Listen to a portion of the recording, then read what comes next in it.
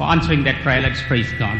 தேவன் தாமே நம்முடைய ஜெபங்களுக்கு பதில் அளித்திருக்கிறபடியால் நாம் கர்த்தரை ஸ்தோத்திரிப்போம். దేవుడు మన ప్రార్థనకు బదులు అనుగ్రహించినందుకు స్తోత్రం చెల్లించుదాము. Praise the Lord, praise the Lord, praise the Lord, praise the Lord. Hallelujah. స్తోత్రం స్తోత్రం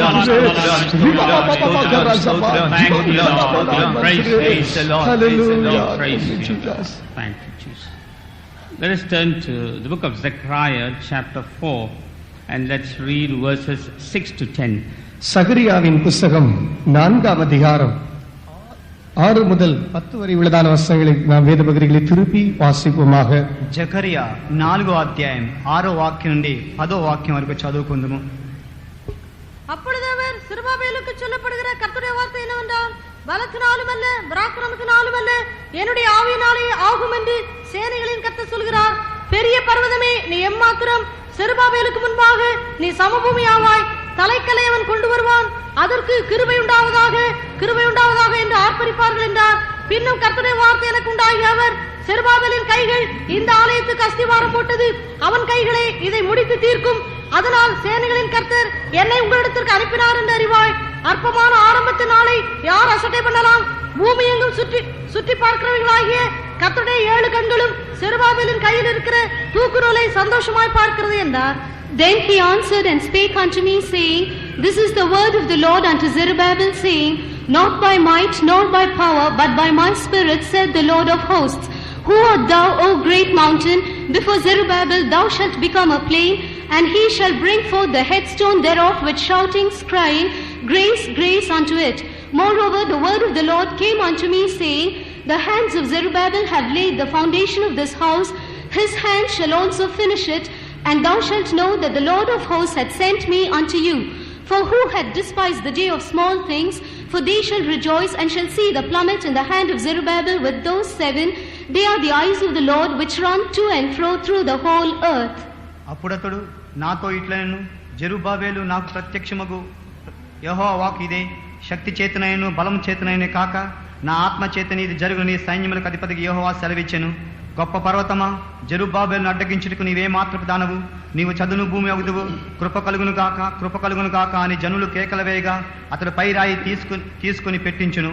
యెహోవాకు మరల నాకు ప్రత్యక్షమై ఇలాగ సెలవిచ్చెను, జెరుబ్బాబెలు చేతులు ఈ మందిర పునాది వేసినవి, అతని చేతులు ముగించును. అప్పుడు సైన్యములకు అధిపతియగు యెహోవా నన్ను మీ యొద్దకు పంపినాడని నీవు తెలుసుకుందువు. కార్యములు అల్పములై ఉన్న కాలమును తృణీకరించిన వాడెవడు? లోకమంతటను సంచారం చేయి యెహోవా యొక్క 7 నేత్రములు జెరుబ్బాబెలు చేతిలో గుండు నూలుండుట చూచి సంతోషించును. Praise be to God. கர்த்தருக்கு ஸ்தோத்திரம். దేవునికి స్తోత్రం. In this passage we read the message that Zechariah gave to God's people. தேவனுடைய ஜனத்துக்கு கொடுக்கப்படுகிறதான தேவ செய்தியை பற்றி இங்கு வாசிக்க கேட்ட வசனம் மூலமாக நாம் அறிகிறோம். దేవునికి జనులకు జకరియా మూలంగా దేవుడు అనుగ్రహించిన వర్తమానం ఇప్పుడు మనం చదువుచున్నాము. This message was given to the people of God after they came back from their captivity in Babylon. பாபிலோனிலே தேவனுடைய ஜனங்கள் தங்களுடைய அடிமைத்தனம் சிறையிருப்பை விட்டு திரும்பி வந்த பிற்பாடு தேவனுடைய ஜனத்தின் வசமாக கொடுக்கப்பட்டதான ஒரு வேத வசன பகுதியாக இது இருக்கிறது. బాబిలోను యొక్క దాసత్వం నుండి తిరిగి వచ్చిన తర్వాత దేవుడు తన జనులకు అనుగ్రహింపబడిన ఈ వర్తమానం మనం చూస్తున్నాము. We know that this people of God, they were as captives for 70 years in the kingdom of Babylon. இந்த தேவனுடைய ஜனங்கள் This message was given to the people of God after they came back from their captivity in Babylon. பாபிலோனிலே தேவனுடைய ஜனங்கள் தங்களுடைய அடிமைத்தனம் சிறையிருப்பை விட்டு திரும்பி வந்த பிற்பாடு தேவனுடைய ஜனத்தின் வசமாக கொடுக்கப்பட்டதான ஒரு வேத வசன பகுதியாக இது இருக்கிறது. బాబిలోను యొక్క దాసత్వం నుండి తిరిగి వచ్చిన తర్వాత దేవుడు తన జనులకు అనుగ్రహింపబడిన ఈ వర్తమానం మనం చూస్తున్నాము. We know that this people of God, they were as captives for 70 years in the kingdom of Babylon. இந்த தேவனுடைய ஜனங்கள் 70 வருஷம் அளவும் பாபிலோன் ராஜ்யத்திலே சிறைவாசிகளாக இருந்தார்கள் என்று நாம் அனைவரும் அறிவோம். ఈ దేవునికి జనులు 70 సంవత్సరములు బాబిలోను దేశంలో చెరపట్టబడి ఉన్నారని మనం చదువుచున్నాము. And towards the end of the 70 years, we read how Daniel searched the scriptures and found that the 70 years was going to be over soon. அந்த 70வது வருஷத்தினுடைய முடிவிலே தானியேல் எவ்விதமாக அந்த 70வது வருஷத்தை பற்றியதாக அவன் வேத வாக்கியங்களை தேடி ஆராய்ந்து கண்டுபிடித்தான் என்றும் அவைகளுடைய நிறைவேறுதலுக்காக விவிதமாக இருந்தான் என்பதை பற்றி நாம் வாசிக்கிறோம். ఈ 70వ సంవత్సరం యొక్క చివరిలో దానియేలు మూలంగా చెప్పబడిన యొక్క లేఖన మూలంగా ఈ యొక్క 70 సంవత్సరం ముగింపబడినవని చెప్పి బయలుపరచబడుచున్నది. This reference you can read for yourself in the book of Daniel chapter 9 verse 2. தானியேலின் புத்தகம் 7ஆம் அதிகாரம் 9ஆம் அதிகாரம் 2ஆம் வசனத்தின் பகுதிகளிலும் இதை பற்றியான பகுதிகளை நாம் படிக்கலாம். దానియేలు పుస్తకం 9వ అధ్యాయం 2వ వాక్యాన్ని దాని గురించి చదువుచున్నాము. So according to that prophecy of Jeremiah, we see how God's people returned to their own country or to Jerusalem. இறைமையாவுடைய தீர்க்கதரிசனத்துக்கு பிற்பாடு எவ்விதமாக இந்த தேவ ஜனம் எருசலேமுக்கு அல்லது தங்களுடைய சொந்த இடத்துக்கு திரும்பி வந்தார்கள் என்பதை பற்றி நாம் வாசிக்கிறோம். ఇర్మియా ప్రవచించిన ప్రవచన మూలంగా దేవునికి జనులు తమకు సొంత దేశమునకు తిరిగి వచ్చినారని చెప్పి మనం చూస్తున్నాము. And they came back in various groups. அவர்கள் பல்வேறு குழுக்களாக அல்லது கூட்டமாக அவர்கள் திரும்பி வந்தார்கள். వారు గుంపు గుంపులుగా తిరిగి వచ్చినారు. And the first group that came back was led by two people. முதலாவதாக வந்ததான 2 கூட்டத்தார்கள் 2 ஜனத்தினால் நபர்களாலே அவர்கள் நடத்தப்பட்டார்கள். వారు మొట్టమొదటిగా 2 జనాంగంగా లేక 2 గుంపులుగా తిరిగి వచ్చినారు. They were led by the high priest called Joshua and the governor called Zerubbabel. அவர்கள் யோசுவா என்கிறதான அவருடைய பிரதான ஆசாரியனாலும் அவருடைய அதிபதியாகிய செருபாபேலாலும் அவர்கள் நடத்தப்பட்டு வந்தார்கள். జాషువా అని చెప్పుచున్న ప్రధాన యాజకుడుగాను జెరుబ్బయేలు అతని అధిపతిగాను ఉండినారు. Then we see a second group of people who came and there we see Ezra led them. அடுத்தபடியாக 2வது கூட்டத்தாராகிய ஜனத்தை பற்றி வாசிக்கிறோம். இவர்கள் எஸ்ராவினாலே வழி நடத்தப்பட்டார்கள். రెండవదిగా రెండో గుంపు జనులు మనం చూచున్నాం. ఇవి ఎజ్రా గుంపు వారు కనిపించున్నారు. And thirdly we know that Nehemiah led another group of people. மூன்றாவதாக மற்றொரு கூட்டத்தாரை நெகேமியா வழி நடத்தி சென்றார். మూడవదిగా నెహెమ్యా గుంపుకు చెందిన వారుగా ఉన్నారు. And when they came back they had to face a lot of problems. இவர்கள் திரும்பி வந்தபோது பல்வேறு விதமான பிரச்சனைகள் வழியாக இவர்கள் சந்திக்க வேண்டியதாக இருந்தது. వీరు తిరిగి వచ్చినప్పుడు పలు విధమైన ప్రశ్నలను సంధించినట్టుగా కనిపించినారు. And when they came back they had various tasks before them. அவர்கள் திரும்பி வந்தபோது இவர்கள் செய்து முடிக்க வேண்டியதான ஏராளம் வேலைகள் அவர்களுக்கு முன்பாக இருந்தது. వారు తిరిగి వచ్చినప్పుడు అనేక విధమైన పనులు వారు చేయవలసిన వారుగా ఉండి ఉన్నారు. Here God gave Zerubbabel the task of rebuilding the temple of God.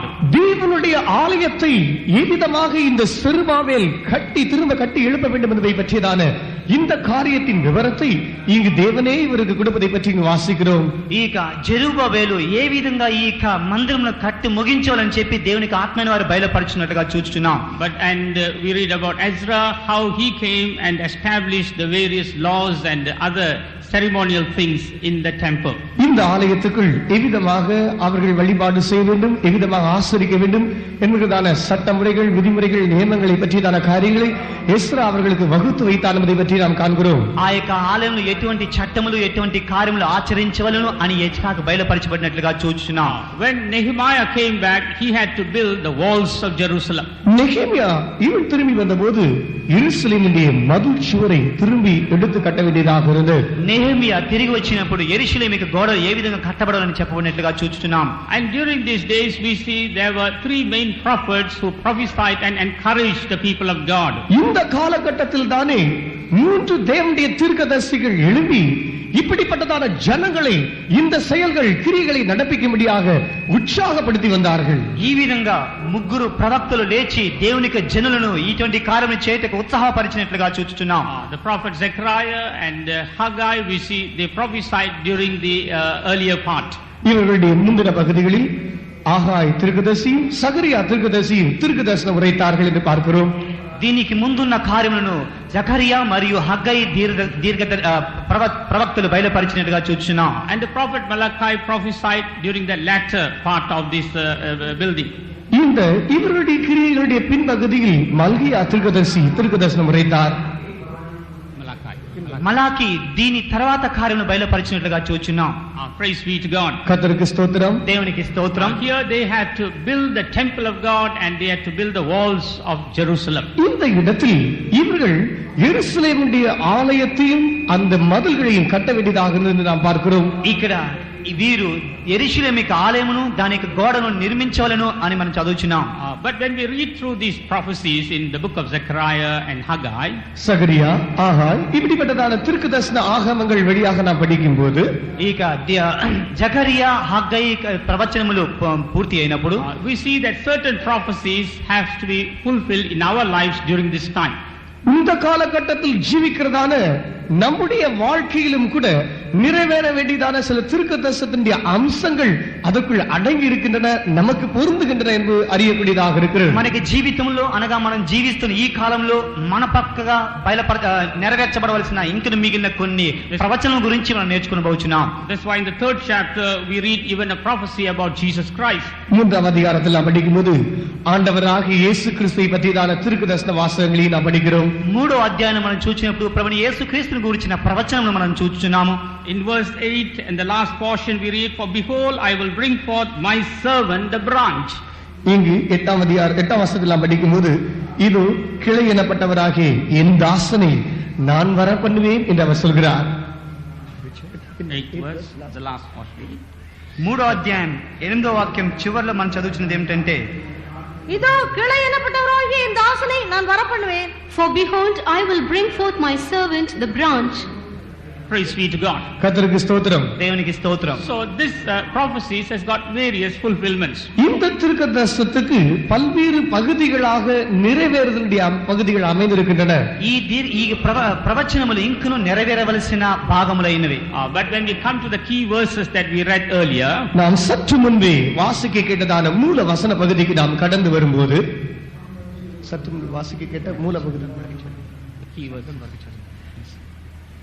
there we read it speaks about building the temple of God or the house of God. இங்கு தேவனுடைய ஆலயத்தை அல்லது இந்த கட்டடத்தை பணிவிக்கிறதான காரியத்தை பற்றி சொல்லப்பட்டிருக்கிறது. ఇది దేవుని ఆలయం గురించి దేవుని కట్టడం గురించి చెప్పబడినవి. This is a type of building our lives and building the church of God. தேவனுடைய சபை அல்லது நம்முடைய வாழ்க்கையை நாம் எவ்விதமாக கட்டி எழுப்ப வேண்டும் என்பதை பற்றியதான ஒரு மாதிரி அல்லது நிழலாட்டமாக இது அமைந்திருக்கிறது. ఇది మనక దేవునికి సంఘం లేక మనకి జీవితం ఏ విధంగా కట్టి లేపుకొనవలను అనే విషయాన్ని బయలుపరిచినట్లుగా చూస్తున్నాం. Here this message is given to Zerubbabel. இங்கே இந்த செய்தி செருபாபேலுக்கு கொடுக்கப்பட்டதாக இருக்கிறது. ఇది ఇక్కడ జెరుబ్బాబెల్ మూలంగా బయలుపరచబడిన వర్తమానమైనది. In the 3rd chapter we read the message given to the high priest Joshua.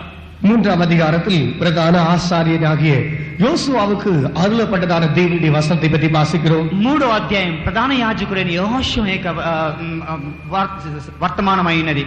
As we are considering about the church period and the building up of our lives, நாம் தேவனுடைய சபையின் நம்முடைய வாழ்க்கையை எவ்விதமாக நாம் கட்டி எழுப்புவது என்பதை பற்றியதான அம்சங்களை கவனித்து பார்க்கும்போது ఇక్కడ మనం మనకి దేవునికి సంఘమును లేక మనకి జీవితమును ఏ విధంగా కట్టి లేపుకొనవలను అనే విషయాన్ని చూచినట్లయితే this Joshua and Zerubbabel are the types to Jesus Christ himself.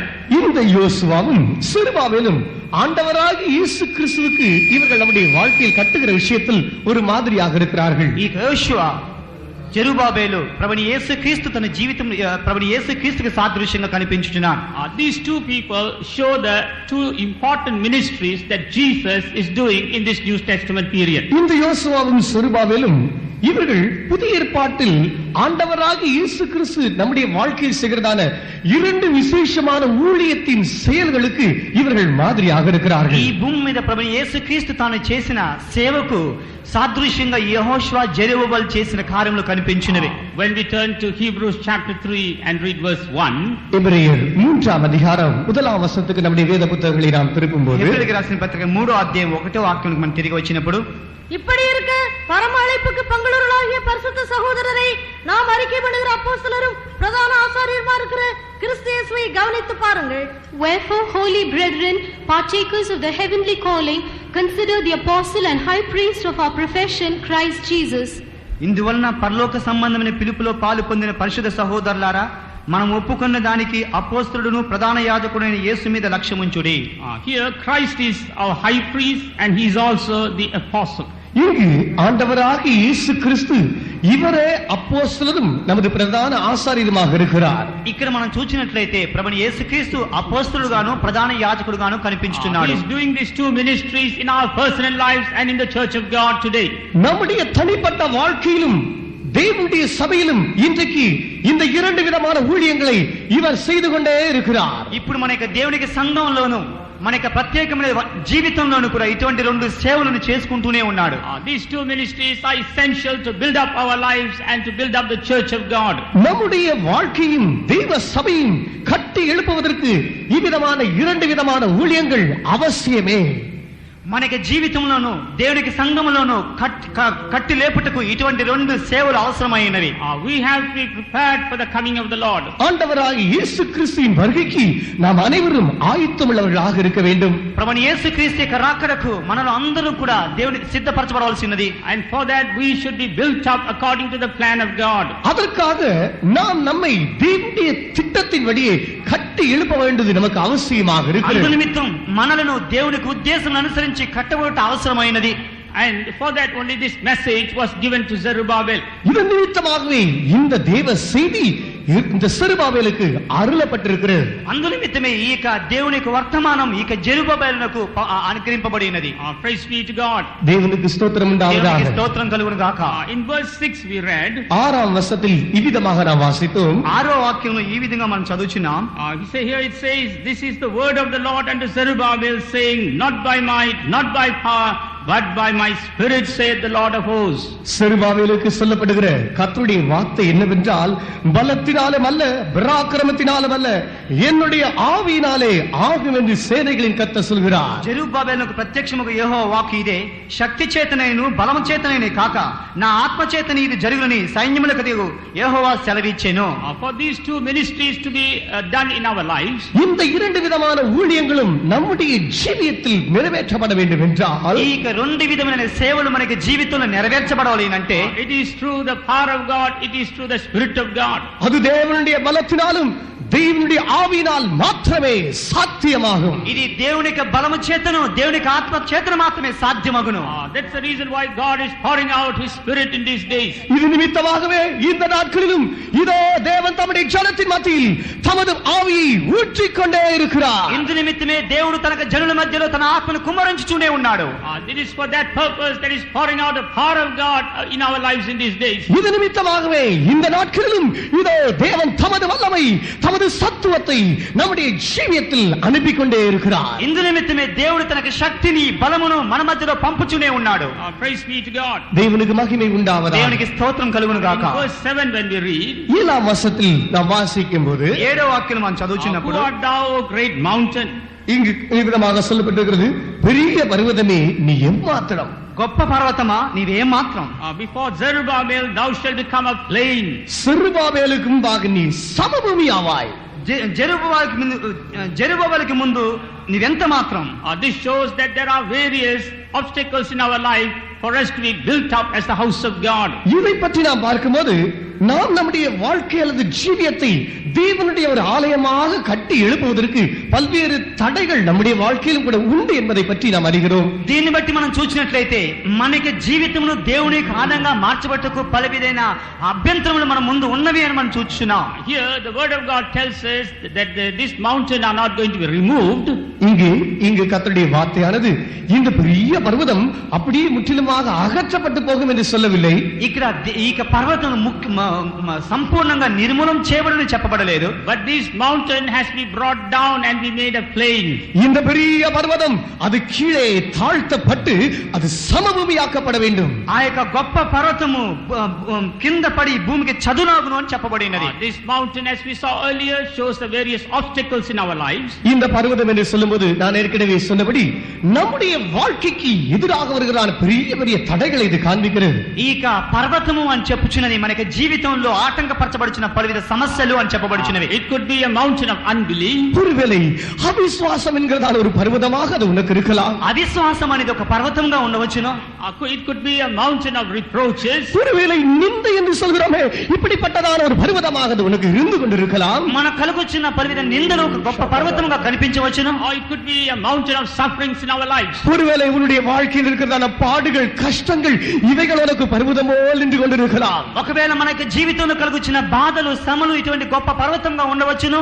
Even when Zerubbabel and Joshua started building the temple of God, they had to face all these obstacles in their lives. இந்த செருபாபேலும் இந்த யோசுவாவும் தேவனுடைய ஆலயத்தை கட்ட ஆரம்பித்த போது தங்களுடைய வாழ்க்கையில் கூட பல்விதமான பிரச்சனைகளை இவர்களும் சந்திக்க வேண்டியதாக ఈ இருந்தது. విధంగా జెరుబాబేలు, యెహోషువ దేవుని కాలంలో కట్టుచున్నప్పుడు పలువిధ ఆటంకములు, పలువిధ శ్రమలను ఎదుర్కొన్నట్లుగా చూస్తున్నాం. But these mountains have to be brought down and be made a plain. ஆயினும் இப்படிப்பட்ட பர்வதங்கள் எவ்விதமாக இருந்தாலும் சரி, இவைகள் தாழ்த்தப்படத்தான் வேண்டும், இவைகள் சமபூமி ஆக்கப்படத்தான் வேண்டும். ఇటువంటి పర్వతం ఎన్నైనప్పటికీ అవన్నీ కూడా కింద పడిపోవలను, చదునుగా మార్చబడవలేను. Or in other words, we can also say that these mountains are necessary for us to be built up as a house of God. மறு வார்த்தையில் மறு பக்கத்தில் இதை நாம் பற்றி நாம் சொல்லும்போது, நாம் நம்மை தேவனுடைய ஆலயமாக கட்டி எழுப்புவதற்கு இப்படிப்பட்டதான பர்வதங்கள் நம்முடைய வாழ்க்கையிலும் அவசியம்தான். మరొక పక్షంగా మనం చూచినట్లయితే దేవునికి ఆలయంగా మనం కట్టబట్టుకు ఇటువంటి పర్వతములు మన జీవితంలో అవసరమైనవి.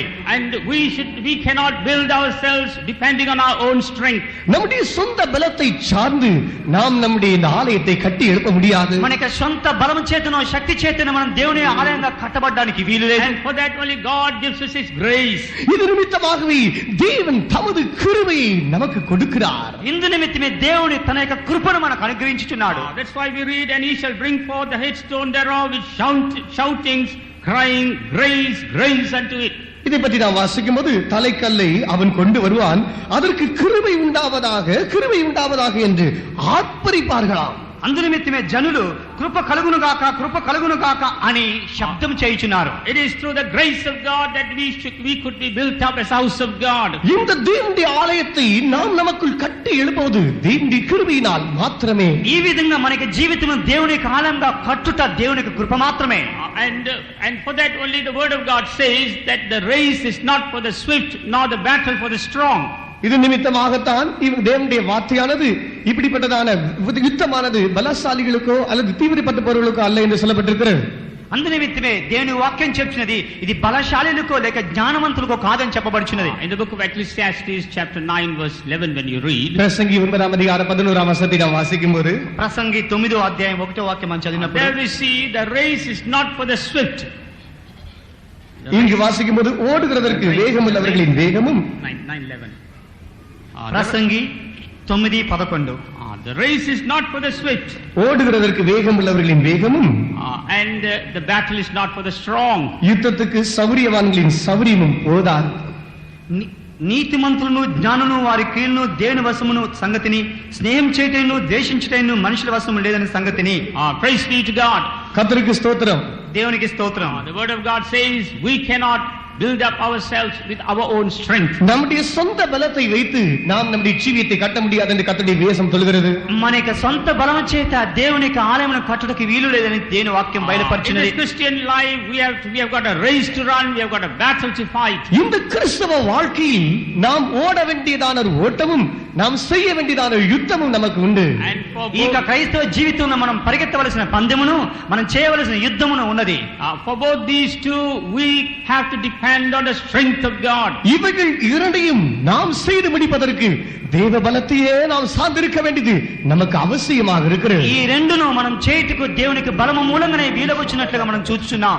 We read about various people in the word of God who try to run with their own strength. தங்களுடைய சொந்த பலத்தினாலே ஓடினதாக இருந்ததான ஜனங்களை பற்றி தேவனுடைய வசனத்தில் நாம் வாசிக்கிறோம். తనకి సొంత బలము చేత పరిగెత్తుచున్న అనేక మంది జనులు గూర్చి వేద గ్రంథంలో మనం చదువుచున్నాము. We also read about people who try to fight the battle with their own strength. தங்களுடைய சொந்த பலத்தினாலே யுத்தத்தை பண்ணினவர்களை பற்றி வேதத்தில் வாசிக்கிறோம். తనకి సొంత బలముతో యుద్ధములు చేయించినట్లుగా వేద భాగంలో మనం చదువుచున్నాము. But they all failed miserably. அவர்கள் எல்லாம் மிகவும் பரிதபிக்கக்கூடிய விதத்தில் அவர்கள் தோற்று போனார்கள். వారందరూ కూడా అపజయం పొందినట్లుగా ఉన్నట్లుగా చూచినాం. They were all strong and able people. அவர்கள் எல்லாரும் பலசாலிகளும் திறமை உள்ளவர்களுமாக இருந்தார்கள். ఆ విధంగా బలశాలులు అనేక మంది కనిపించినారు. But we read at the end of their life, they lost the battle, they lost the race. அவருடைய ஜீவியத்தினுடைய முடிவு பகுதியை நாம் பார்க்கும்போது அவர்களுடைய யுத்தத்தில் தோல்வியை சந்தித்தார்கள், ஓட்டத்திலும் அவர்கள் தோற்று போனார்கள். అటువంటి వారి గురించి మనం చదువుచున్నాం. వారి యుద్ధములో అపజయం పొందినారు, వారు పరుగు పందెములో ఓడిపోయినట్లుగా చూచున్నాం. That's why St. Paul says, I am what I am by the grace of God. இது நிமித்தமாக பரிசுத்த பவுல் தன்னை பற்றி சொல்லும்போது நான் இருக்கிறது தேவ கிருபையே என்று அவர் பேசுகிறார். అందు నిమిత్తమే అపోస్తలుడు పౌలు తనను గురించి చెప్పుచున్నది నేనేమైనానో అది దేవుని కృపయే. In another place he says, I labored more than all, but not I, but the grace of God that is in me. அவர் சொல்லும்போது மற்ற எல்லாரை காட்டிலும் நான் அதிகமாக பிரயாசப்பட்டேன், ஆயினும் நான் அல்ல, எனக்குள் இருக்கிற தேவ கிருபையை அவிதமாக செய்து என்று சொல்கிறார். అందుకొరకే ఆయన చెప్పుచున్నది నేను అందరికంటే అధికంగా ప్రయాసపడినాను, అది నా వలన కాదు దేవునికి కృప మూలంగానే అని బయలుపరుచున్నాడు. And our God knows that we cannot run this race or fight this battle with our strength, and that's why he has given us his grace. நாம் நமது பலத்தினாலே இந்த ஓட்டத்தை ஓட முடியாது, நமது பலத்தினாலே இந்த யுத்தத்தை செய்ய முடியாது. இதை நம்முடைய தேவன் நன்றாக அறிந்திருக்கிறபடியால் அவர் தமது கிருபையை எடுத்து அவர் நமக்கு தருகிறார். మనం ఈ పరుగు పందెములో మన వల్ల పరిగెత్తలేము, ఈ యుద్ధములో మన వల్ల జరిగింపలేము. మనలను బాగా ఎరిగిన దేవుడు అందునిమిత్తమే ఆయన కృపను మనకు అనుగ్రహించున్నాడు. And the word of God says that Jesus Christ has brought truth and grace for us. ஆண்டவராக இயேசு கிறிஸ்து அவர் நமது ஓட்டத்தை நமக்காக அவர் தீவிரப்படுத்துகிறவராக இருக்கிறார் என்று வாசிக்கிறோம். అందు నిమిత్తమే ప్రభువు యేసుక్రీస్తు ఆయన పందెను మన కొరకు ఆయన పరిగెత్తినాను వాక్యం చెప్తున్నది. Praise be to God. கர்த்தருக்கு ஸ்தோத்திரம். దేవునికి స్తోత్రం. When we come to Jesus Christ, we receive the grace of God. இந்த ஆண்டவராக இயேசு கிறிஸ்துவிடத்தில் நாம் நெருங்கி வரும்போது தேவ கிருபையை நாம் பெற்றுக் கொள்கிறவர்களாக இருக்கிறோம். ఈ ప్రభువుని యేసుక్రీస్తు యొద్దకు మనం వచ్చినప్పుడు ఆయన కృప మనకు అనుగ్రహింపబడుచున్నది. And what is this grace of God? இந்த தேவ கிருபை என்று சொன்னால் அது என்ன? ఈ దేవుని కృప అంటే ఏమిటి? There are various meanings or interpretations for this grace of God. இந்த தேவ கிருபையை பற்றி பல்வேறு அர்த்தங்களும் பல்வேறு வியாக்கியானங்களும் உள்ளன. ఈ దేవుని కృపను బట్టి పలువిధ వ్యాఖ్యానములు పలువిధ అర్థములు ఉన్నవి. One meaning is the ability to do things which are impossible with us naturally. இயற்கையாக அசாத்தியமானது, அதாவது முடியவே முடியாது என்கிறதான காரியத்தை கூட செய்வதற்குடிதான ஒரு பிராப்தி அல்லது ஒரு பலனை அது காட்டுகிறது. అసాధ్యము ఇక వీలు కాదు అన్న కార్యాన్ని చాలా సులభంగా మార్చేదే కృప అని చెప్పబడుచున్నది. This is one meaning of that word grace. கிருபை என்பதனுடைய வார்த்தையுடைய ஒரு அர்த்தம் இது. ఈ కృపకు ఒక అర్థం అదే. When we look at the lives of Joshua and Zerubbabel, இந்த யோசுவாவுடைய ஜீவியத்தையும் செருபாபேலுடைய ஜீவியத்தை நாம் காணும்போது యెహోషువ యొక్క జీవితమును జెరుబాబెలు యొక్క జీవితము మనం చూచిన యెడల naturally they were not able or they could not build the temple of God. இயற்கையாக பார்க்க போனால் இவர்களால் தேவனுடைய ஆலயத்தை கட்ட இயலாது. వీరు దేవుని కార్యమును కట్టలేని వారిగా ఉండి ఉన్నారు. And even the enemy looked at them and called them as feeble folks. இந்த இவருடைய சத்துருக்கள் கூட இவர்களை பார்த்து இவர்கள் பலவீனமான கூட்டத்தார் என்று அவர்கள் பரிஹசித்தார்கள்.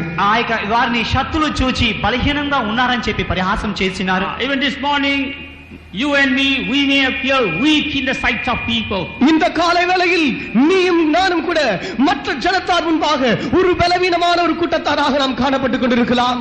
మనం ఈ ఉదయ కాల సమయంలో ఇతర జనుల కంటే మిక్కిలి బలహీనంగా కనిపించుండవచ్చును.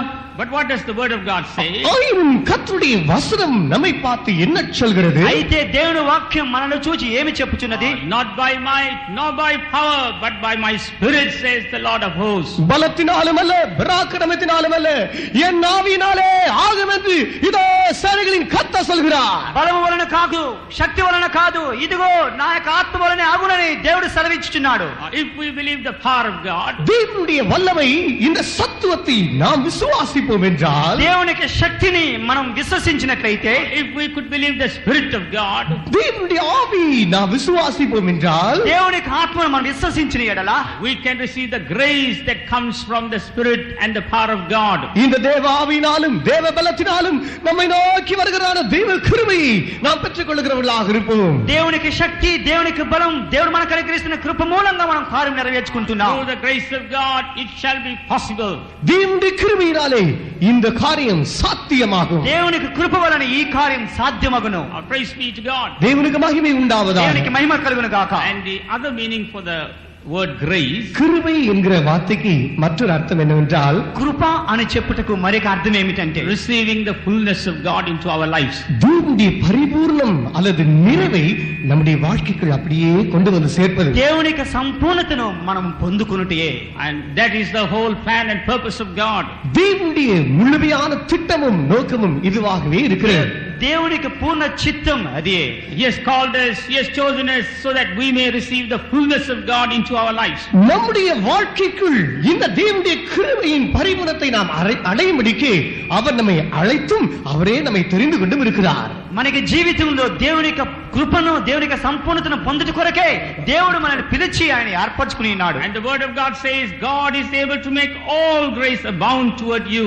தேவன் உங்கள் மேல் தமது எல்லா பரிபூர்ணமான கிருபையும் பெருக செய்ய வல்லவராக இருக்கிறார் என்று கர்த்தருடைய வசனம் விளம்புகிறது. దేవుడు తన యొక్క సంపూర్ణ కృపను మీకు అనుగ్రహించును అని చెప్పి దేవుని యొక్క వాక్యం బయలుపరచున్నది. God is willing to give us His grace even this morning. இந்த காலை வேளையிலும் இதோ தேவன் தமது கிருபையை நமக்கு கொடுக்கும்படியாக அவர் மனம் உவந்தவராக ஆயத்தமுள்ளவராகவே இருக்கிறார். ఈ ఉదయకాల సమయంలో దేవుడికి తన సంపూర్ణ కృపను మనకు అనుగ్రహించుటకు ఆయన సిద్ధంగా ఉన్నాడు. When we look at the standard that God has kept before us, தேவன் நமக்கு முன்பாக வைத்திருக்கிறதான நம்முடைய ஜீவிய அளவை நாம் பார்க்கும்போது దేవుడు మనకు ముందుగా ఉంచిన జీవిత యొక్క కొలతను మనం చూచినప్పుడు we may think that it is impossible for us to attain that standard. இந்த அளவை நான் அடைவது என்னால் முடியவே முடியாது என்று ஒருவேளை நாம் யோசித்துக் கொண்டிருக்கலாம். ఆ స్థితికి లేక ఆ కొలతకు వచ్చుటకు నా జీవితంలో అది వీలు కాదు అని మనం అనవచ్చును. But what does the word of God say? ஆயினும் கர்த்தருடைய வசனம் என்ன சொல்கிறது? ఆయనను దేవుని వాక్యం ఏం చెప్పుచున్నది? It is not by might nor by power. ஒரு பலத்தினாலும் பராக்கிரமத்தினாலும் அல்லவே அல்ல. నీకు బలములను నీ శక్తి వలన కానే కాదు.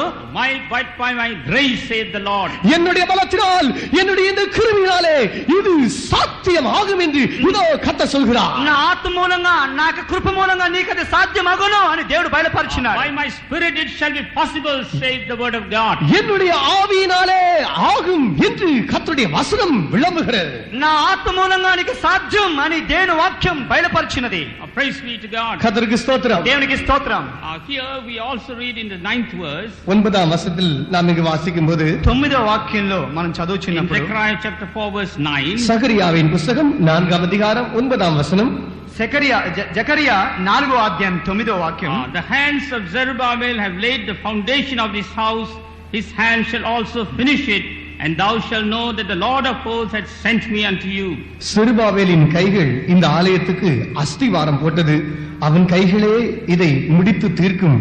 அதனால் சேனைகளின் கர்த்தர் என்னை உங்களிடத்திற்கு அனுப்பினார் என்று அறிவாய். జెరుబాబెలు చేతులు ఈ మందిర పునాది వేసి ఉన్నవి, అతని చేతులు ముగించును.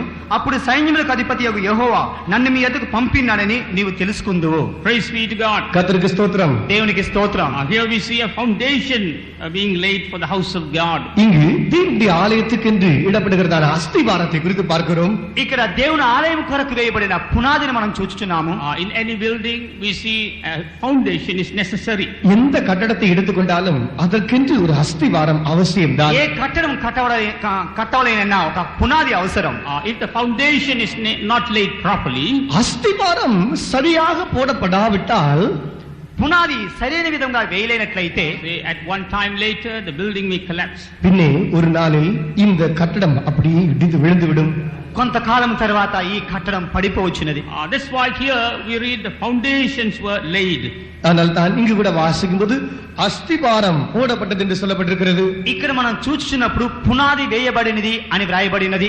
We know that this foundation speaks about the fundamental truths that God has given to us. இந்த அஸ்திவாரம் என்று சொல்லும்போது தேவன் நமக்கு கொடுத்திருக்கிறதான மூல அல்லது அடிப்படை உபதேசங்கள் இது காட்டுகிறது.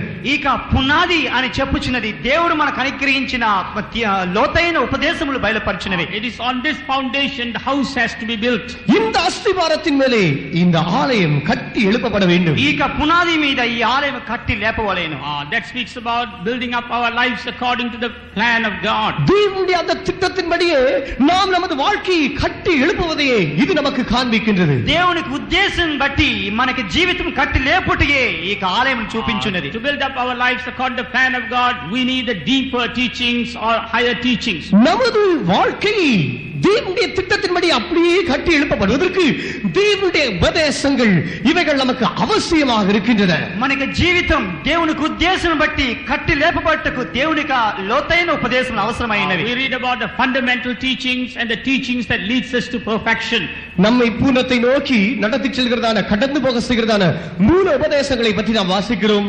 మనల్ని పూర్ణతలోనికి నడిపించే లోతైన ఉపదేశం గురించి మనం చదువుచున్నాము. We also read about the teachings that leads us to perfection. நம்மை பூர்ணத்தை நோக்கி எடுத்துச் செல்கிறதான மூல உபதேசங்களை குறித்து நாம் படிக்கிறோம். మనం పూర్ణతలోనికి నడిపించే మూల ఉపదేశం లేక లోతైన ఉపదేశం గురించి చూస్తున్నాము. Praise be to God. கர்த்தருக்கு ஸ்தோத்திரம். దేవునికి స్తోత్రం. So both we need the foundation and also deeper teachings in our life.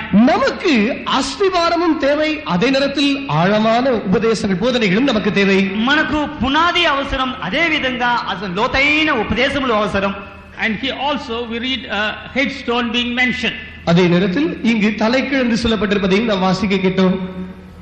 What does this headstone speak about? இந்த தலைக்கல் என்று சொன்னால் அது இதை காண்பிக்கிறது.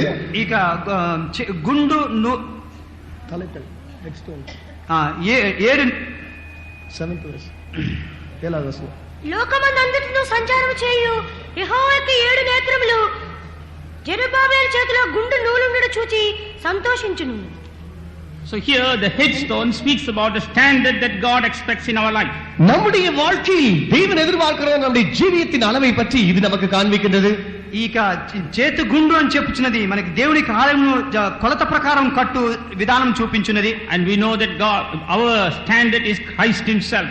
நம்முடைய ஜீவியத்தின் அளவு என்று சொல்லுவது அது கிறிஸ்துவாக மாத்திரமே இருக்கிறார். మనకి జీవిత కొలత అని చెప్పేది అది ప్రభుని యేసు క్రీస్తునికి సమానంగా చూపించున్నది. God has called us so that we may grow up to the full measure and stature of the Lord Jesus Christ. இந்த ஆண்டவராகிய இயேசு கிறிஸ்துவின் நிறைவான வளர்ச்சி அளவுக்கு தக்கதான பூர்ணத்தை நாம் அடைய வேண்டும் என்று தேவன் நம்மை அழைத்திருக்கிறார். ప్రభుని యేసు క్రీస్తు యొక్క సంపూర్ణత అనగా సమానమైన సంపూర్ణతకు తగినట్లుగా ఎదుగుటకు మనల్ని దేవుడు పిలిచినాడు. So the two things, the headstone and the foundations, are necessary in our life. இரண்டு காரியங்கள், ஒன்று தலைகள், மற்றொன்று அஸ்திவாரம், இவைகள் நமக்கு அவசியமாக இருக்கின்றன. ఇక్కడ రెండు కార్యములు చూస్తున్నాం. ఒకటి చేతి గుండు, రెండవది పునాదులు అనే విషయాలు మనం చూస్తున్నాం. And the word of God says that we are built up together in that same foundation of the apostles and prophets. அப்போஸ்தலர்கள் தீர்க்கதரிசிகள்ங்கறதான இந்த அஸ்திவாரத்தோடு கூட நாம் சேர்த்து அல்லது இணைத்து கட்டப்பட்டிருக்கிறோம் என்று கர்த்தருடைய வசனம் சொல்கிறது. అపోస్తలు ప్రవక్తలు అను చెప్పబడిన పునాదుల మీద మనం కట్టబడవాలనే దేవుని వాక్యం వివరించున్నది. And there we see Christ being the cornerstone.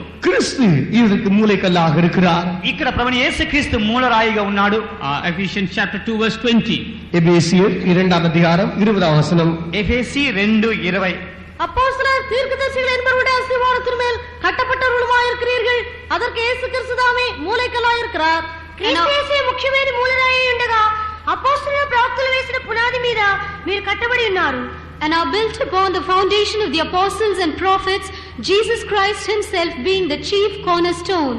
Praise be to God. கர்த்தருக்கு ஸ்தோத்திரம். దేవునికి స్తోత్రం. So Jesus Christ is the chief cornerstone. ஆண்டவராகிய இயேசு கிறிஸ்து இவரே பிரதான மூலைக்கல்லாக இருக்கிறார். ప్రభుని యేసు క్రీస్తు ఈయనే ముఖ్యమైన మూలరాయి అయినాడు. He is the standard for us and for the church. அவரே நம்முடைய ஜீவித்துக்கும் சபைக்கும் ஒரு மாதிரியாக அளவாக இருக்கிறார். ఆయన మన జీవితమునకు సంఘమునకు ఒక మాదిరిగా ఒక కొలతగా ఉండి ఉన్నాడు. We must always fix our eyes upon that cornerstone Jesus Christ. நாம் எப்போதும் நம்முடைய கண்களை இந்த மூலைக்கல்லாகிய ஆண்டவராகிய இயேசு கிறிஸ்துவின் மேல் பதித்தவர்களாகவே இருக்க வேண்டும்.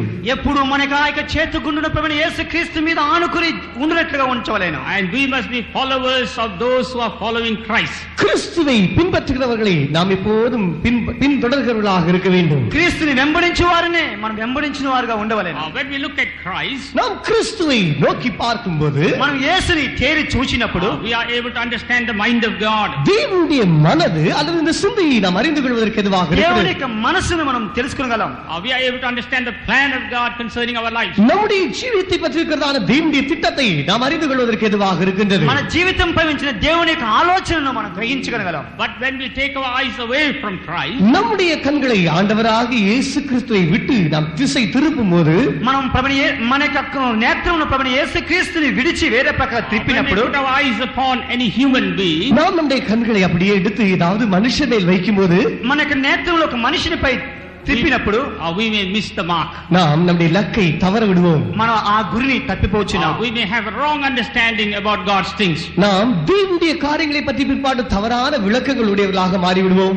మనం ప్రభువైన యేసుక్రీస్తు మనపై ఉంచిన ఉద్దేశం కాక వేరే అర్థంలోనికి తప్పిపోచున్నాం. That's why we have to fix our eyes upon the cornerstone, Jesus Christ. ஆகவே நாம் நம்முடைய கண்களை எப்போதும் நமது ஆண்டவராகிய இயேசு கிறிஸ்து இந்த மூலக்கல்லாக இருக்கிறாரே இவர் மேல் பதித்தவர்களாகவே இருக்க வேண்டும். అందు నిమిత్తమే ఎప్పుడు మనకి మనోనేత్రములు మూలరాయిగా ప్రభువైన యేసుక్రీస్తు వైపు మాత్రమే తిప్పి ఉంచవలేను. Praise be to God. கர்த்தருக்கு ஸ்தோத்திரம். దేవునికి స్తోత్రం. In Zechariah chapter 4 verse 10, சகரியா 4ஆம் அதிகாரம் 10ஆம் வசனத்தில், జకరియా 4వ అధ్యాయం 10వ or వాక్యం, we can also read in the 3rd chapter verse 9, 3ஆம் அதிகாரம் 9ஆம் வசனத்தை கூட நாம் வாசிக்கலாம். 3వ అధ్యాయం 9వ వాక్యం కూడా there we చూసినట్లయితే see that there are 7 eyes upon that stone. இங்கே இந்த கல்லின் மேல் 7 கண்களும் வைக்கப்பட்டிருக்கிறதாக நாம் வாசிக்கிறோம். ఇక్కడ ఆ రాతికి 7 నేత్రములు ఉన్నవి అని చదువుచున్నాము. What does this eye speak about? இந்த கண்கள் என்று சொன்னால் இது எதை காண்பிக்கிறது? ఈ నేత్రములు దేని చూపించినవి? This eye speaks about the wisdom of God. இந்த கண்கள் தேவனுடைய ஞானத்தை குறித்து பேசுகிறது. ఈ నేత్రములు దేవుని యొక్క జ్ఞానమును గురించి మాట్లాడుచున్నవి. In order to build up our lives, we need the wisdom of God. நம்முடைய ஜீவித்தை கட்டி எழுப்புவதற்கு இந்த தேவ ஞானம் நமக்கு அவசியமாக இருக்கிறது. మన జీవితం కట్టి లేపుకుంటకు దేవునికి జ్ఞానం మనకు అవసరమైనది. It is for that purpose that God is working in our lives. இந்த நோக்கத்துக்காகவே தேவன் நம்முடைய ஜீவியத்திலும் கிரியை செய்து கொண்டே இருக்கிறார். ఈ ఉద్దేశం కొరకే దేవుడు మనకి జీవితంలో క్రియ చేయించి ఉన్నాడు. And how can we receive this wisdom of God? எவ்விதமாக நாம் இந்த தேவ கிருபையை பெற்றுக்கொள்ள முடியும்? ఏ విధంగా మనం దేవునికి జ్ఞానము సంపాదించుకోవాలేనో? It is through the two important aspects of the Godhead. இங்கு இது தேவனுடைய தெய்வத்துவத்தின் 2 முக்கியமான பகுதிகளினாலே இது முடியும். ఇది దేవుని యొక్క రెండు ముఖ్యమైన దేవుని యొక్క మహత్తత్వమును బట్టి మనం గ్రహించగలం. One we call the Spirit of Christ. ஒன்று கிறிஸ்துவின் ஆவி என்று நாம் அழைக்கிறோம். ఒకటి క్రీస్తు యొక్క ఆత్మ అని చెప్పుచున్నది. Other we call it the Holy Spirit or the Spirit of God. இரண்டாவது தேவனுடைய ஆவியானவர் அல்லது பரிசுத்த ஆவியானவர் என்று நாம் அழைக்கிறோம். రెండవది దేవుని యొక్క ఆత్మ లేక పరిశుద్ధాత్మ అని చెప్పబడుచున్నది. In order to build up being built up as the house of God, we need the wisdom of God. நம்மை தேவனுடைய ஆலயமாக கட்டி எழுப்புவதற்கு நமக்கு இந்த தேவ ஞானம் அவசியம். మనం దేవునికి ఆలయంగా కట్టి లేపబట్టుకు దేవునికి జ్ఞానం మనకు అవసరం. And this wisdom comes through the Spirit of Christ and it comes through the Spirit of God. இந்த தேவ ஞானம் கிறிஸ்துவின் ஆவியினாலும் பரிசுத்த ஆவியினாலும் அது நம்மை நோக்கி இறங்கி வந்து கொண்டே இருக்கிறது. ఈ యొక్క దేవునికి జ్ఞానం క్రీస్తు యొక్క ఆత్మ మూలంగాను దేవునికి ఆత్మ మూలంగాను మనకు అనుగ్రహింపబడుచున్నది. In the Old Testament time, பழைய ஏற்பாட்டு காலத்தில் పాత నిబంధన కాలంలో we see how the Spirit of Christ was working. இவ்விதமாக கிறிஸ்துவின் ஆவியானவர் அவர் கிரியை நடப்பித்தார் என்பதை பற்றி நாம் வாசிக்கிறோம். ఏ విధంగా క్రీస్తు యొక్క ఆత్మ దేవుని యొక్క జనుల మధ్యలో క్రియ చేసినది. When we turn to 1 Peter 1st chapter verse 12, முதலாம் பேதுரு 1ஆம் அதிகாரம் 12ஆம் வசனத்துக்கு நம்முடைய வேத புத்தகங்களை திருப்பும்போது, మొదటి పేతురు 3వ అధ్యాయం 12వ వాక్యం మనం చూసినట్లయితే, தங்கள் நிமித்தமல்ல நமது நிமித்தமே இவைகளை தெரிவித்தார்கள் என்று அவர்களுக்கு வெளியாக்கப்பட்டது பரலோகத்திலிருந்து அனுப்பப்பட்ட பரிசுத்த ஆவியினாலே. 1:12. Searching what manner of time the Spirit of Christ which was in them did signify, when it testified beforehand the sufferings of Christ and the glory that should follow. పరలోకం నుండి పంపబడిన పరిశుద్ధాత్మ వలన మీకు సువార్త ప్రకటించే వారి ద్వారా మీకు ఇప్పుడు తెలుపబడిన ఈ సంగతుల విషయమై తమ కొరకు కాదు కానీ మీ కొరకే తాము పరిచయం చేసిన సంగతి వారికి బయలుపరచబడిను. దేవదూతులు ఈ కార్యములను తెంగు చూడగోరిరి. praise be to God. கர்த்தருக்கு ஸ்தோத்திரம். దేవునికి Here స్తోత్రం. we see the Spirit of Christ working in the Old Testament saints. இங்கே கிறிஸ்துவின் ஆவியானவர் பழைய ஏற்பாட்டு காலத்து பரிசுத்தவான்களுடைய ஜீவியத்தில் கிரியை செய்வதை பற்றி நாம் வாசிக்கிறோம். ఇక్కడ మనం పాత నిబంధన కాల పరిశుద్ధులలో దేవుని యొక్క ఆత్మ ఏ విధంగా క్రియ చేసినదని చదువుచున్నాం. And what was the benefit that they got through the Spirit of Christ? இந்த கிறிஸ்துவின் ஆவியானவர் மூலமாக இவர்கள் பெற்றுக்கொண்டதான நன்மை என்ன? ఈ క్రీస్తు యొక్క ఆత్మ మూలంగా వీరు పొందిన లాభం ఏమిటి? They had an understanding about the sufferings of Christ and the glory that should follow. இவர்கள் கிறிஸ்துவினுடைய பாடுகளை குறித்தும் அதன் பின்பாக வருகிறதான தெய்வ மகிமையை பற்றிதான ஒரு அறிவு அவர்களுக்கு உண்டாயிற்று. వారు క్రీస్తును గూర్చిన శ్రమలు దాని మూలంగా కలుగుచిన మహిమను గూర్చిన జ్ఞానమును వారు ఎరిగి ఉన్నారు.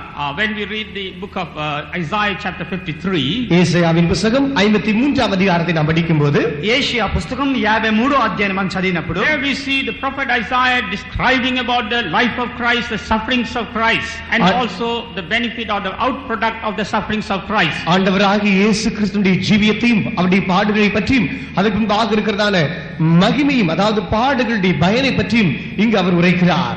ఇక్కడ ప్రభువైన యేసుక్రీస్తు శ్రమను గూర్చి దాని తదనంతరం రాబోచిన మహిమను గూర్చి వ్రాయబడి ఉన్నది. Anyone reading that book or that passage would think that Isaiah was present when Christ was suffering.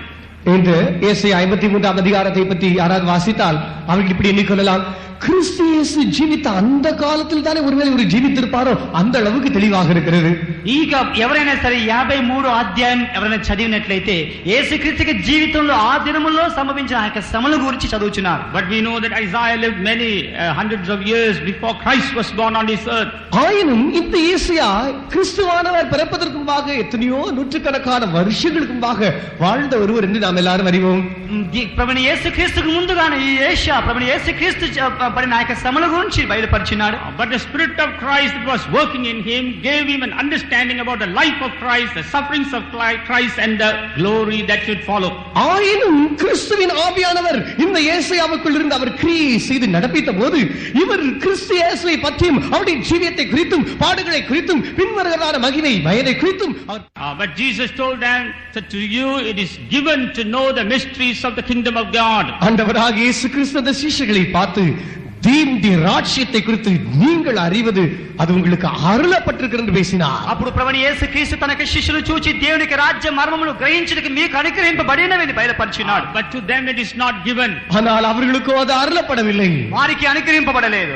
Praise be to God. கர்த்தருக்கு ஸ்தோத்திரம். దేవునికి స్తోత్రం. That's why St. Paul says to attain the excellency of the knowledge of Christ I have considered all things as lost and dung in my life. இது நிமித்தமாகவே அப்போஸ்தலனாகிய பவுல் இதை குறித்து சொல்லும்போது கிறிஸ்து இயேசுவினுடைய அந்த அறிவின் மேன்மையை நான் அடையும்படிக்கு எனக்குண்டான எல்லாவற்றையும் நஷ்டம் என்று குப்பை என்று நான் வெறுத்து விடுகிறேன் என்று பேசுகிறார். అందు నిమిత్తమే ప్రభువైన యేసుక్రీస్తు అపోస్తల పౌలు ప్రభువైన యేసుక్రీస్తు గురించి జ్ఞానమును సంపాదించుకునే నిమిత్తం నాకు ఏవేవి లాభకరమో వాటన్నిటిని నష్టముగాను పెంటగాను ఎంచుకుంటున్నానని బయలుపరుచున్నాడు. For the Spirit of Christ to work in our lives, கிறிஸ்துவின் ஆவியானவர் நம்முடைய ஜீவியத்திலே கிரியை நடப்பிக்க வேண்டும் என்றால் ప్రభువైన యేసుక్రీస్తు యొక్క ఆత్మ మనకి జీవితంలో క్రియ చేయాలి అంటే we have to go on consecrating our lives to God. நம்முடைய ஜீவியத்தை தொடர்ந்து தேவன் பக்கமாகவே ஒருமனப்படுத்திக் கொண்டு போவது நமக்கு அவசியமாக இருக்கிறது. మనకి జీవితంలో దేవుని కొరకు సమర్పించుకుంటూ ప్రతిష్ఠించుకుంటూ అవసరమైనది. It is the more we empty ourselves, we can see the Spirit of Christ working in our life. எந்த அளவுக்கு நாம் நம்முடைய ஜீவியத்தை விரும்பியாக்கிக் கொண்டே போகிறோமோ அந்த அளவுக்கு கிறிஸ்துவின் ஆவியானவர் நம்முடைய ஜீவியத்தில் கிரியை நடப்பிப்பதை நாம் காண முடியும். మనకి జీవితంలో మనం ఎంతగా రిక్తులుగా మార్చుకుంటున్నామో అదే కొలతకు దేవుడు మనలో క్రియ చేయడానికి ప్రారంభించుచున్నాడు. The more we empty ourselves, we see the word of God expounding the very life of Christ to us. எந்த அளவுக்கு நாம் நம்முடைய ஜீவியத்தை விரும்பியாக்கிக் கொண்டே போகிறோமோ அந்த அளவுக்கு கிறிஸ்துவின் வசனமானது நம்முடைய ஜீவியத்துக்குள் தேவ பலத்தை கொண்டு வந்து வெளிப்படுத்துவதை நாம் காண முடியும். ఏ కొలతలో మనం దేవునికి ముందుగా రిక్తులుగా చేసుకుంటున్నామో అదే కొలకు దేవుని వాక్యం మనలో క్రియ చేసే శక్తివంతంగా మనం మార్చున్నది. It is a great privilege to have an understanding about the life of Christ. கிறிஸ்துவினுடைய ஜீவியத்தை பற்றி நாம் அறிவது நமக்கு கிடைத்த பெரும் ஸ்லாக்கியமாக இருக்கிறது. క్రీస్తు యొక్క జీవితం గురించి నేర్చుకున్నట్టు గ్రహించుడే మనకు గొప్ప భాగ్యమైనది. It's only when we have that understanding of the life of Christ we too can live the same life that Christ lived on this earth. கிறிஸ்து இயேசுவின் ஜீவியத்தை பற்றிதான் ஒரு விளக்கம் ஒரு வெளிச்சம் உண்டாவது மாத்திரமே ஆண்டவராகிய இயேசு கிறிஸ்து இந்த பூமியிலே எப்படிப்பட்ட ஒரு வாழ்க்கையை செய்தாரோ அதே வாழ்க்கை நாம் செய்வதற்கு எதுவாக இருக்கும். ప్రభువైన యేసుక్రీస్తు యొక్క జీవితం యొక్క వివరణ ప్రభువైన యేసుక్రీస్తు ఈ లోకంలో ఏ విధంగా జీవించినాడో అదే జీవితాన్ని మనం ఈ భూమి మీద చేయడానికి అది సహాయపడుచున్నది.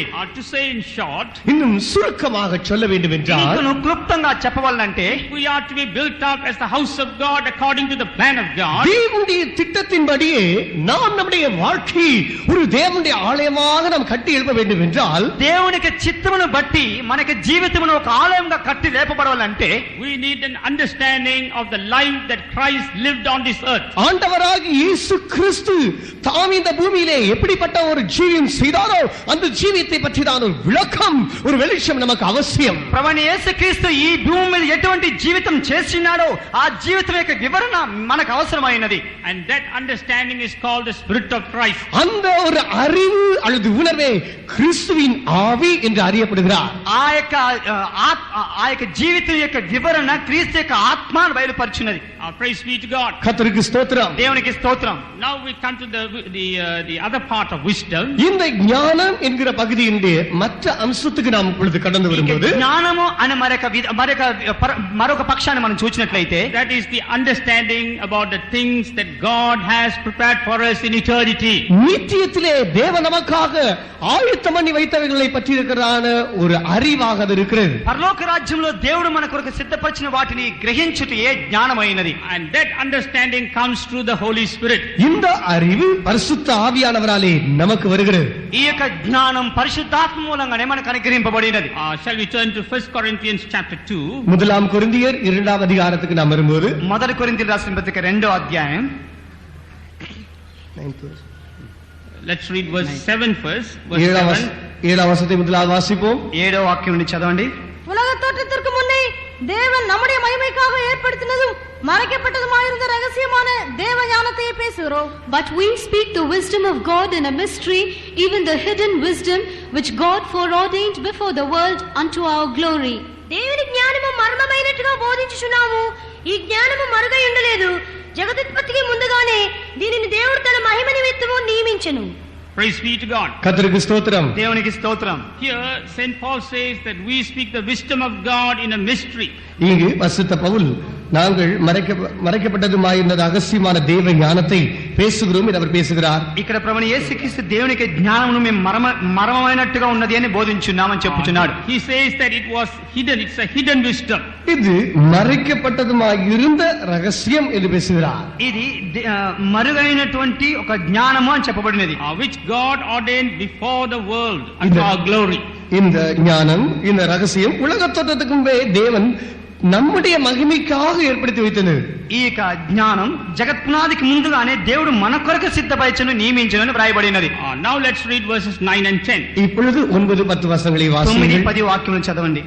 எழுதியிருக்கிறபடி தேவன் தம்மில் அன்பு கூறுகிறவர்களுக்கு ஆயத்தமணினவைகளை கண் காணவும் இல்லை, காது கேட்கவும் இல்லை, அவைகள் மனுஷனுடைய இருதயத்தில் தோன்றவும் இல்லை. நமக்கோ தேவன் அவைகளை தமது ஆவியினாலே வெளிப்படுத்தினார். அந்த ஆவியானவர் எல்லாவற்றையும் தேவனுடைய ஆழங்களையும் ஆராய்ந்திருக்கிறார். But as it is written, I had not seen nor ear heard, neither have entered into the heart of man the things which God had prepared for them that love him. But God had revealed them unto us by his Spirit, for the Spirit searcheth all things, yea, the deep things of God. ఇందును గూర్చి దేవుడు తన్ను ప్రేమించే వారి కొరకు ఏమి సిద్ధపరిచినా అవి కంటికి కనబడలేదు, చెవికి వినబడలేదు, మనిషి హృదయమునకు గోచరం కాలేదు అని వ్రాయబడి ఉన్నది. మనకైతే దేవుడు వాటిని తన ఆత్మ వల్ల బయలుపరిచి ఉన్నాడు. ఆ ఆత్మ అన్నిటినీ దేవుని మర్మములు కూడా పరిశోధించుచున్నాడు. Praise be to God. கர்த்தருக்கு ஸ்தோத்திரம். దేవునికి స్తోత్రం. So here we read about the wisdom which was ordained before the world. உலக தோற்றத்துக்கு முன்பாகவே ஏற்படுத்தப்பட்டதான தேவனுடைய ஞானத்தை குறித்து நாம் வாசிக்கிறோம். ఇక్కడ జగత్పునాదికి ముందుగానే నియమింపబడిన దేవునికి జ్ఞానం గురించి మనం చదువుచున్నాం. These are the things that God has prepared for us in eternity. இவைகள் தேவன் நமக்காக நித்தியத்திலே ஆயத்தப்படுத்தி வைக்கப்பட்டதானவைகளாக இருக்கின்றன. ఇవి మన కొరకు పరలోకమందు దేవుడు సిద్ధపరిచిన వాటిని గురించి బయలుపరిచినది. I have not seen nor ear heard, neither have entered into the heart of man. கண் காணவும் இல்லை, காது கேட்கவும் இல்லை, மனுஷனுடைய இருதயத்தில் அது தோன்ற கூட இல்லை. కంటికి కనబడలేదు, చెవికి వినబడలేదు, మనిషి హృదయమునకు గోచరం కాలేదు. But the 10th verse says God had revealed them unto us by his Spirit.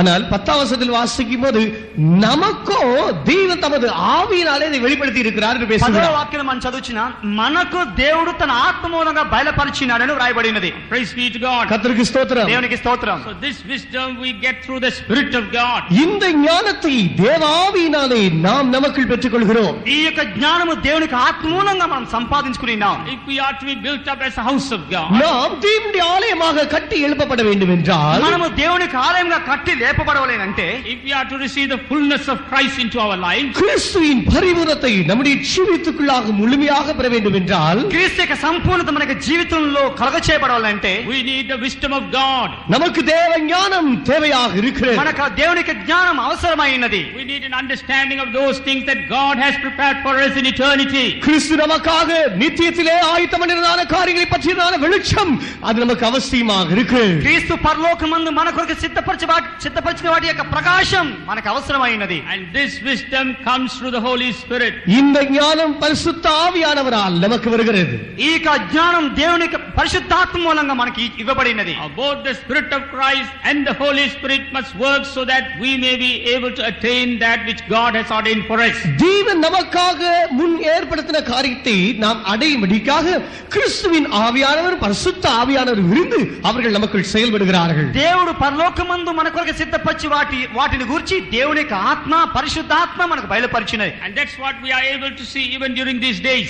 இந்த நாட்களிலும் இவைகளையே நாம் நமக்குள் காணக்கூடியவர்களாக இருக்கிறோம். ఈ దినముల్లో కూడా వీటి మూలంగానే మనం వాటిని ఎదురు చూస్తున్నాం. On one side we see the word of God coming to us as the Spirit of Christ. ஒரு பக்கத்தில் கர்த்தருடைய வசனம் அல்லது வார்த்தை கிறிஸ்துவின் ஆவியானவராக நம்மை நோக்கி வருவதை பார்க்கிறோம்.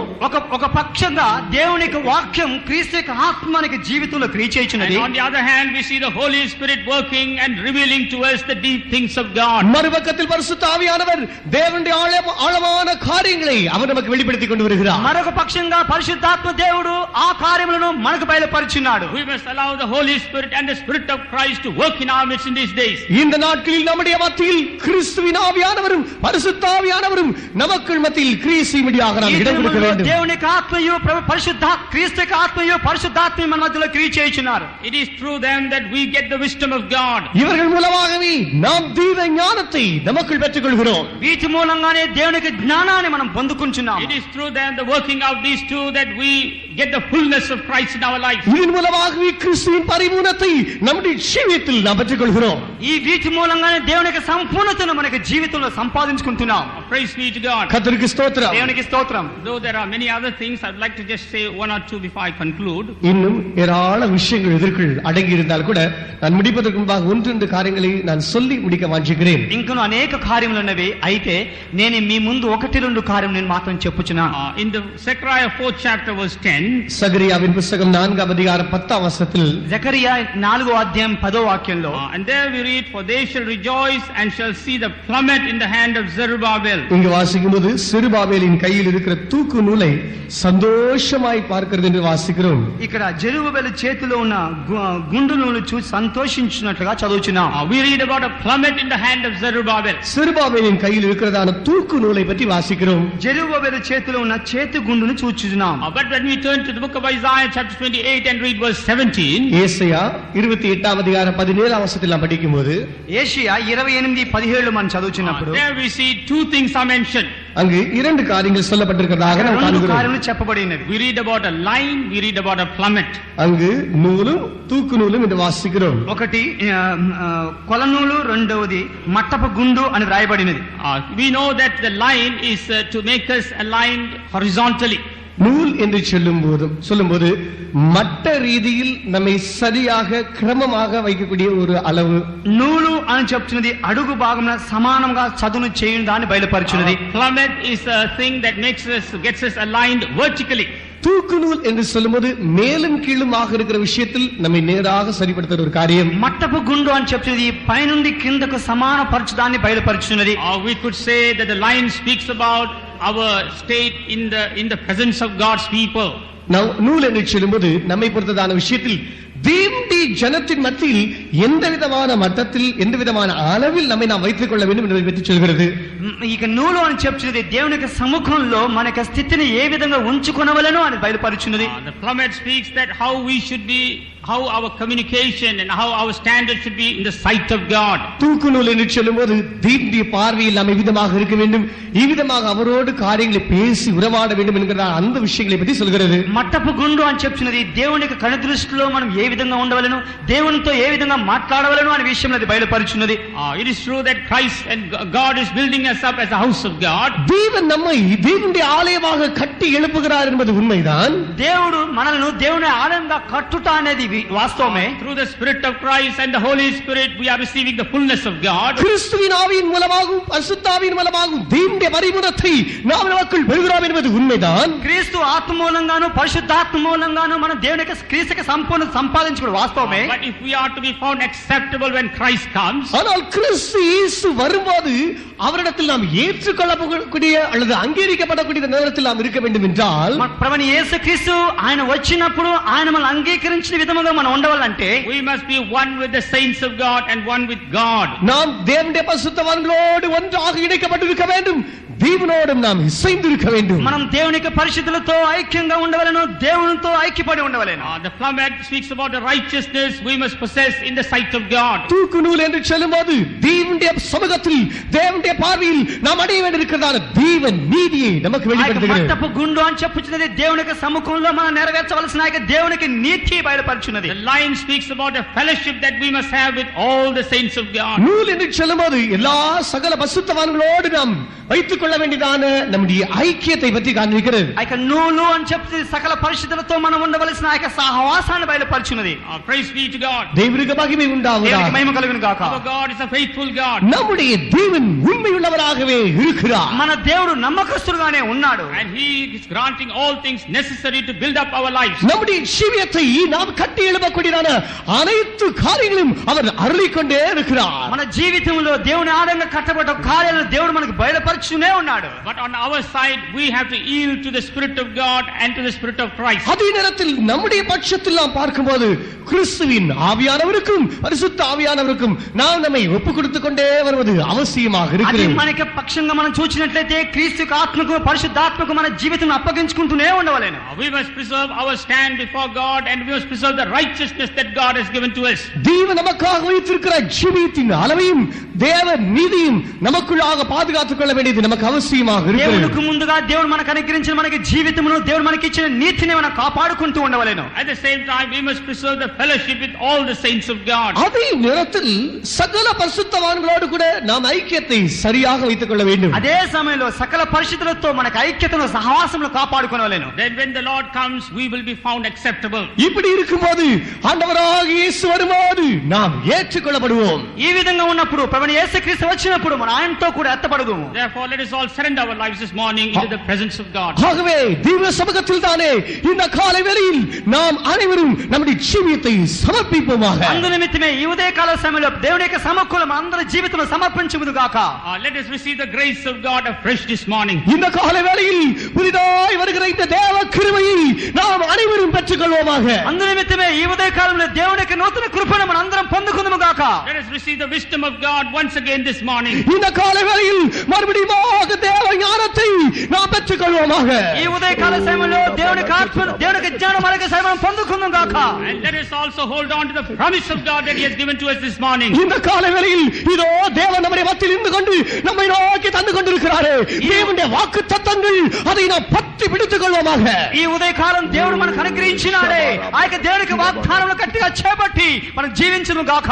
The word of God says the hands of Zerubbabel have laid the foundation of this house, his hands shall also finish it. இதோ கர்த்தருடைய வார்த்தை சொல்கிறது, செருபாபேலின் கைகள் இந்த ஆலயத்துக்கு அஸ்திவாரம் போட்டது, அவன் கைகளே இதை முடிக்கும் என்று சொல்கிறது. దేవుని వాక్యం చెప్తున్నది జెరుబ్బయలు యొక్క చేతులు పునాదులు వేసినవి, ఆయన చేతులే దాన్ని ముగించునని చెప్పబడుచున్నది. That is the promise of God for you and for me this morning. இதோ இந்த காலை வேளையில் உனக்கும் எனக்கும் தேவன் தந்து கொண்டிருக்கிற வாக்கு தத்தம் இதுவே. ఈ దేవుడు ఈ ఉదయ కాల సమయంలో నీకును నాకును బయలుపరిచిన దేవుని యొక్క కృప ఇదే. Let us take hold of the promise of God. தேவனுடைய வாக்கு தத்தத்தை பற்றி பிடித்துக் கொள்வோமாக. ఈ యొక్క దేవుని యొక్క వాగ్దానములను చేపట్టి జీవించును గాక. And we can see the grace of God moving in our midst. இதோ நம்முடைய மத்தியில் தேவ கிருபை அசைவாடும்படி நாம் அதற்கு திறந்து இடம் கொடுப்போமாக. ఇదిగో దేవుని యొక్క కృప మన మధ్యలో సంచరించుట అల్లాడుతూ మనం చూస్తూనే ఉన్నాము. Let the Spirit of Christ and the Holy Spirit move in our midst once again. கிறிஸ்துவின் ஆவியானவரும் பரிசுத்த ஆவியானவரும் இதோ மறுபடியும் நம்முடைய ஜீவியத்தில் வந்து அசைவாடுவாராக. క్రీస్తు యొక్క ఆత్మ పరిశుద్ధాత్మ మన మధ్యలో మన జీవితంలో సంచరించును గాక. And truly he will complete the good work. அவர் அது மூலமாக அவர் தம்முடைய பரிபூர்ணமான கிரியை செய்து முடிப்பாராக. వాస్తవంగా ఆయన మన మధ్యలో ప్రారంభించే సత్క్రియను ముగించును గాక. May the Lord bless us. தேவன் தாமே நமக்கு உதவி செய்வாராக. దేవుడు మనకి సహాయం చేయను గాక. நிறைவே நற்சுவிசேஷத்தாலே இத்தரையில் அடைய கிறிஸ்துவின் நிறைவே நற்சுவிசேஷத்தாலே இத்தரையில் அடைய சித்தம் கொண்டடியினை கண்களை கவரே சீக்கிரம் செய்திடுவான் சித்தம் கொண்டடியினை கண்களை கவரே சீக்கிரம் செய்திடுவான் ஆளுயிரன் கருவன் ஆளுரை நீதினிரன் நிறவை அகமியுள் இயேசுவன் மாமக கருணைகளே நிறவை அகமியுள் இயேசுவன் மாமக கருணைகளே ஆளுயிரன் கருவன் ஆளுரை நீதினிரன் இருவை அகமியுள் இயேசுவன் மாமக கருணைகளே இருவை அகமியுள் இயேசுவன் மாமக கருணைகளே